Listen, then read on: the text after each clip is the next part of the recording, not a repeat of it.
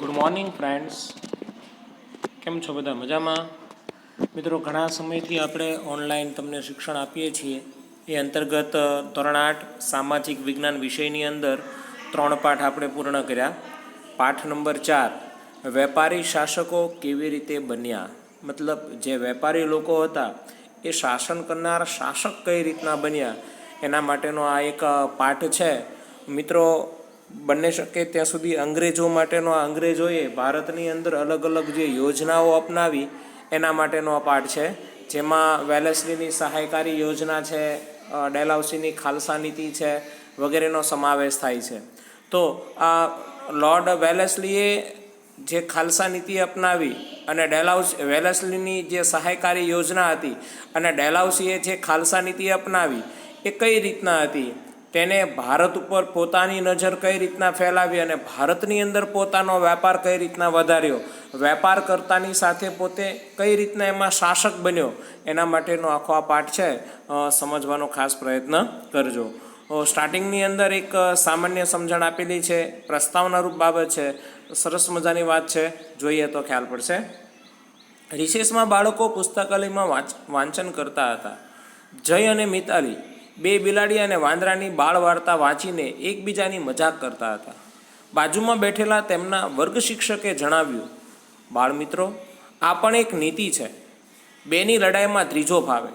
અંગ્રેજોએ તો આ નીતિથી ભારતમાં રાજ્ય વિસ્તાર વધાર્યો હતો. સર, એ કેવી રીતના? જયે સવાલ કર્યો. વર્ગ શિક્ષકે કહ્યું, સારું, ચાલો વર્ગમાં હું આજે તમને ભારતમાં આવીને અંગ્રેજોએ કેવી રીતના ભારતીય રાજા ઉપર પોતાની હુકુમત સ્થાપી તેની વાત કરું. 18મી સદીના અંતમાં ભારતમાં રાજનયિક ક્ષિતિજ ઉપર અંગ્રેજોએ એક નવી રાજશક્તિ તરીકે ઉભરવા લાગ્યા હતા. શું તમે જાણો છો કે અંગ્રેજો ભારતમાં માત્ર વેપાર કરવા આવ્યા હતા? શરૂઆતમાં અંગ્રેજોએ ભારતીય પ્રદેશોમાં વેપાર કરવાની સત્તા મેળવવાની હતી, તો પછી તેઓ આખા ભારતમાં શાસક કેવી રીતના બની ગયા? આવી તો અનેક બાબતો અંગ્રેજ શાસન સાથે જોડાયેલી છે. મૂળ તો તેમનો વેપાર વધારવો હતો. આથી સરળતા માટે રાજકીય વગ વધારવા તેમણે અંગ્રેજ રાજનીતિ અપનાવી હતી. વગ વધારવી એટલે કે પોતાનું આધિપત્ય જમાવવું, એટલે રાજકીય આધિપત્ય જમાવવાની સાથે તેને ભારતની અંદર વેપાર ધંધો વધારે કરવો હતો. એના માટેની અલગ અલગ નીતિ અપનાવી લીધી હતી. અંગ્રેજોએ કયા કયા સમયમાં કયા કયા પ્રદેશોમાં પોતાનું શાસન કર્યું? મિત્રો, તમે જુઓ છો, પહેલાં પિંક કલર છે 1798માં, અને ભારતના આવા જુદા જુદા બિહાર, બંગાળ, ચેન્નાઈ, કોચી વગેરે જગ્યાએ કોઠીઓ સ્થાપીને વેપાર કરવાનું શરૂ કર્યું. 1805ની અંદર ગોવા, આસામ, આ બધી જગ્યાએ પોતાનો વિસ્તાર વધારતા ગયા. ધીરે ધીરે તે આગળ વધતા ગયા. 1935ની અંદર એને ભોપાલની અંદર, મુંબઈ, ગુજરાત, અલગ અલગ સ્થળોએ પોતાની કોઠીઓ દ્વારા વેપાર ધંધો આગળ વધારતા ગયા. અને 1856માં પેશાવર, પંજાબ, સિંધ પ્રદેશ જે છે, અયોધ્યા છે, નાગપુર, આ બધી જગ્યાએ પોતાની લગભગ એમ કહે ને કે ભારતની અંદર તે લોકો પેલા ગાંડા બાવળીની જેમ તરફ ફરી વળેલા હતા. આખું ભારત ઉપર પોતાનું આધિપત્ય જમાવી દીધું હતું. તો આના માટે જાણીતો એક વ્યક્તિ વેલેસ્લી, તો વેલેસ્લીએ વિસ્તાર યોજના, એનો ભારતની અંદર પોતાનો વિસ્તાર, વેપાર ધંધા માટેનો વિસ્તાર કઈ રીતના વધારવો એના માટેની એક યોજના ઘડી હતી. તેને વેલેસ્લીની વિસ્તાર યોજના તરીકે ઓળખવામાં આવે છે. આ વેલેસ્લીની વિસ્તાર યોજના જે છે એમાં કઈ બાબતોનો કઈ રીતના સમાવેશ થાય છે તે જોઈએ. મિત્રો, આ વસ્તુ તમને ટૂંકનોંધમાં પણ પૂછાય છે. વેલેસ્લીની વિસ્તાર યોજના વિશે ટૂંકનોંધ લખો તો ટૂંકનોંધ તરીકે પણ આ વસ્તુ અલગથી તૈયાર કરવી. વેલેસ્લી ગવર્નર જનરલ બનીને ભારત આવ્યો ત્યારે ઇંગ્લેન્ડ અને ફ્રાન્સ વચ્ચે તીવ્ર લડાઈ ચાલતી હતી. વેલેસ્લી પોતે કોણ હતો? તો કે ગવર્નર જનરલ, ભારતનો ગવર્નર જનરલ બનીને આવ્યો ત્યારે ઇંગ્લેન્ડ અને ફ્રાન્સની વચ્ચે અંદરો અંદર લડાઈ ચાલતી હતી.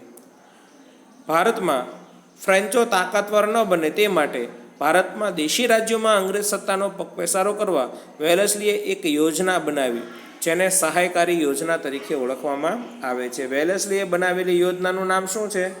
સહાયકારી યોજના. તમને પ્રશ્ન કોઈ 1 માર્કમાં પૂછે, વેલેસ્લીએ ભારતમાં વિસ્તાર વધારવા માટે કઈ યોજના અપનાવી, તો તમે જવાબ લખી શકો. વેલેસ્લીએ ભારતમાં વેપાર આધારિત વિસ્તાર ધંધો વધારવા માટે સહાયકારી યોજના અપનાવી હતી. આ યોજના સ્વીકારનાર દેશી રાજ્યોને પોતાના રાજ્યમાં અંગ્રેજ લશ્કર રાખવું પડતું. સૈન્યનો ખર્ચ જે તે દેશી રાજ્યો ઉપાડવો પડતો. આ સાથે દરેક દેશી રાજ્યમાં એક અંગ્રેજ પ્રતિનિધિ રહેતો. આમાં અંગ્રેજોનું સૈન્ય અને તેમના પ્રતિનિધિ સચવાતા હતા. જો મિત્રો, બહુ સમજવા જેવી બાબત છે કે અંગ્રેજોએ એવી નીતિ અપનાવી કે પોતાના લોકોને ફાયદો થાય. પોતાની પાસે એક તો લશ્કર વધારે હતું, અને જ્યાં જ્યાં આ નીતિ જે લોકો અપનાવે તો ત્યાં લશ્કરની અંગ્રેજોનું જ તે લશ્કર એ લોકોએ રાખવાનું, અને એમાં એનો એક વ્યક્તિ પ્રતિનિધિ તરીકે હોય, એટલે પોતાના વિસ્તારમાં જે કાંઈ બને એ પ્રતિનિધિ બધી જ એને માહિતી આપી દે. અને આ રીતના અંગ્રેજો પોતાનું શાસન ભારતના અલગ અલગ વિસ્તારોમાં સ્થાપતા હતા, અને આ રીતના પોતાનો વિસ્તાર વધારતા જતા હતા. સામે પક્ષે દેશી રાજ્યોને અંગ્રેજ સૈન્ય મળતું, પણ તેનો ઉપયોગ કરી શકતા નહીં. વેલેસ્લીની સહાયકારી યોજનામાં ભારતના અનેક રાજ્યો ભોગ બન્યા, જેમાં કોનો સમાવેશ થાય છે, તો એક તો નિઝામ, મૈસૂર, અયોધ્યા, ગાયકવાડ, મરાઠા વગેરે રાજ્યોનો સમાવેશ થાય છે, કે જે બધા વેલેસ્લીની સહાયકારી યોજનાના ભોગ બન્યા હતા.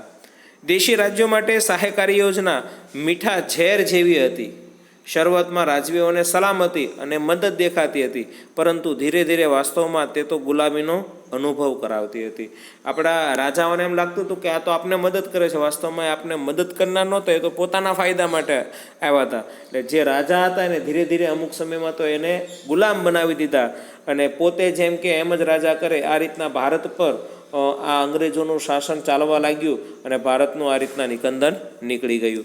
એના માટે જવાબદાર જો કોઈને ગણાવીએ તો વેલેસ્લીની સહાયકારી યોજના હતી. મિત્રો, વેલેસ્લીની આ વિસ્તાર યોજના, જો મિત્રો બહુ સમજો, સહાયકારી યોજનાનું બીજું નામ શું છે, તો કે વિસ્તાર યોજના. તમને ટૂંક નોંધમાં એમ પણ પૂછે, સહાયકારી યોજના વિશે ટૂંક નોંધ લખો, અથવા વેલેસ્લીની વિસ્તાર યોજના વિશે ટૂંક નોંધ લખો, તો તમે બેમાંથી કોઈ પણ પ્રશ્ન પૂછાય, જવાબ તો એક જ થાય. પ્રથમ શિકાર હૈદરાબાદ રાજ્યનો નિઝામ બન્યો હતો. વેલેસ્લીની સહાયકારી યોજના હતી, એનો પ્રથમ શિકાર બનનાર સૌથી પહેલું કોણ એનો ભોગ બન્યો, તો કે હૈદરાબાદ રાજ્યનો નિઝામ એનો પહેલો ભોગ બન્યો હતો. પછી મૈસૂર, અયોધ્યા બન્યા. તાંજોર, કર્ણાટકમાં પણ આવા જ હાલ થયા. મરાઠા સરદારોમાં અંદરો અંદર ઝઘડા કરાવી તેમને પણ સહાયકારી યોજનાનો ભોગ બન્યો. એટલે નિઝામ, મૈસૂર, અયોધ્યા, તાંજોર, કર્ણાટક અને મરાઠાના સરદારો બધા જ વેલેસ્લીની સહાયકારી યોજનાના ભોગ બનેલા હતા. હવે આ વેલેસ્લી જે હતો એને સહાયકારી યોજના એટલી અંશે આગળ વધારી દીધી હતી કે એમાંથી લોકોને છૂટવું બહુ અઘરું હતું. અને આ એક ઝેર જેવી યોજના હતી, પણ લોકોને આ ઝેર કેવું લાગતું હતું, તો કે મીઠું હોય એવું લાગતું હતું. પણ ધીરે ધીરે પછી એ ઝેર એટલું બધું એટલી હદે વધી ગયું કે ન છૂટકે આખા ભારતનું નિકંદન નીકળી ગયું. મરાઠાઓ સાથે લડાઈ કરીને નિઝામને ભારે ખુવારી વેઠવી પડી હતી. સૌથી પહેલો જે નિઝામ હતો હૈદરાબાદનો, મરાઠા સાથે અંદરો અંદર લડાઈ કરી, ખુવારી એટલે સૌથી વધારે એને નુકસાન થયું. આથી તેણે સૌથી પહેલાં આ યોજના સ્વીકારી લીધી. અંદરો અંદર ઝઘડ્યા, મરાઠાઓ સાથે નિઝામની લોકો ઝઘડ્યા, એટલે એનાથી એને જે પાયમાલી ઘણી બધી થઈ, એટલે સૌથી પહેલાં તો એને સેફ સાઈડ ગોતવા માટે આ સહાયકારી યોજના સ્વીકારી લીધી. ટીપુ સુલતાનનું રાજ્ય તો પહેલાં જ અંગ્રેજોના હુકુમતમાં આવી ગયું હતું. પહેલેથી જ તે ટીપુ સુલતાનનું જે રાજ્ય હતું અંગ્રેજોના હુકુમતમાં હતું. નાના ફડણવીસના અવસાનથી મરાઠા સંઘો વચ્ચે ઝઘડા થયા. એક પછી એક મરાઠા રાજ્યો અંગ્રેજોની ભાગલા પાડો અને રાજ કરોની નીતિ, ડિવાઈડ એન્ડ રૂલ નીતિના ભોગ બન્યા હતા. મરાઠાઓની સૌથી મોટામાં મોટી ભૂલ, નાના ફડણવીસની અવસાન થયા પછી મરાઠાઓમાં એક સૂત્રતા રહી નહીં. અંદરો અંદર મરાઠાઓ સાથે ઝઘડવા લાગ્યા, અને એમાં અંગ્રેજો ફાવી ગયા, અને અંગ્રેજોએ નીતિ અપનાવી દીધી, ભાગલા પાડો અને રાજ કરો. એ અંતર્ગત અયોધ્યા, ગોરખપુર, તાંજોર, કર્ણાટક, ફરુખાબાદ વગેરે એક યા બીજા બહાને ખાલસા કર્યા. આમ 7 વર્ષના ગાળામાં વેલેસ્લીએ કંપનીનો વિસ્તાર કરી અંગ્રેજ સત્તાને આ યોજના દ્વારા સર્વોપરી બનાવી દીધી હતી. 7 વર્ષની અંદર અંગ્રેજોએ તો પોતાની હુકુમત આની અંદર સ્થાપી દીધી એમ કહીએ તો પણ ચાલે. તો આ હતી વેલેસ્લીની સહાયકારી યોજના. મિત્રો ફરીથી એક વખત તમને છે યાદ કરાવી દઉં. વેલેસ્લીની વિસ્તાર યોજના કે જેને સહાયકારી યોજના તરીકે ઓળખવામાં આવે, જ્યારે વેલેસ્લી ગવર્નર બનીને ભારત આવ્યો હતો ત્યારે અંદર કોની વચ્ચે ઝઘડા ચાલતા હતા? તો કે ભાઈ ઇંગ્લેન્ડ અને ફ્રાન્સની વચ્ચે હરીફાઈ ચાલતી હતી. ફ્રેન્ચો તાકાતવર ન બને એના માટે અંગ્રેજોએ પોતાનો પગપેસારો ચાલુ કર્યો અને એને વેલેસ્લીની એક સહાયકારી યોજના તરીકે ઓળખવામાં આવે છે. આ યોજનાનો સૌથી પહેલો ભોગ કોણ બન્યો? તો કે ભાઈ હૈદરાબાદનો નિઝામ આ યોજનાનો સૌથી પહેલો ભોગ બન્યો હતો. ત્યારબાદ મૈસૂર, અયોધ્યા, ગાયકવાડ, મરાઠા વગેરે પણ આ યોજનાના ભોગ બન્યા હતા. વેલેસ્લીની આ જે યોજના છે મીઠા ઝેર જેવી હતી એવું કહેવામાં આવે છે.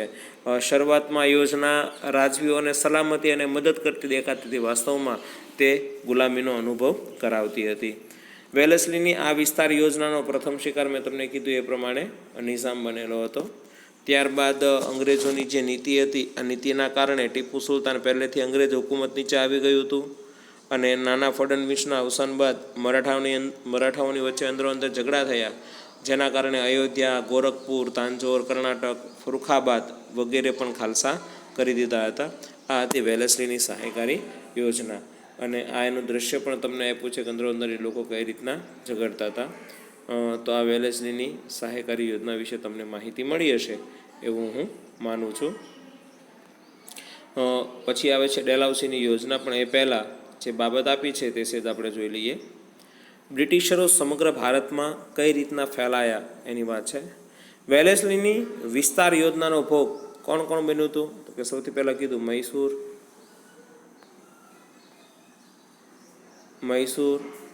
મૈસૂરનો નિઝામ, પછી હૈદરાબાદનો નિઝામ, મરાઠા સરદારો વગેરે અંગ્રેજો ભારતમાં આગળ વધ્યા. નેપાળમાં ભય જણાતા તેમણે તેની સાથે મિત્રતા બાંધી લીધી. ત્યાર પછી અંગ્રેજોએ સરહદ ઉપર સંગ્રામ ખેલ્યો.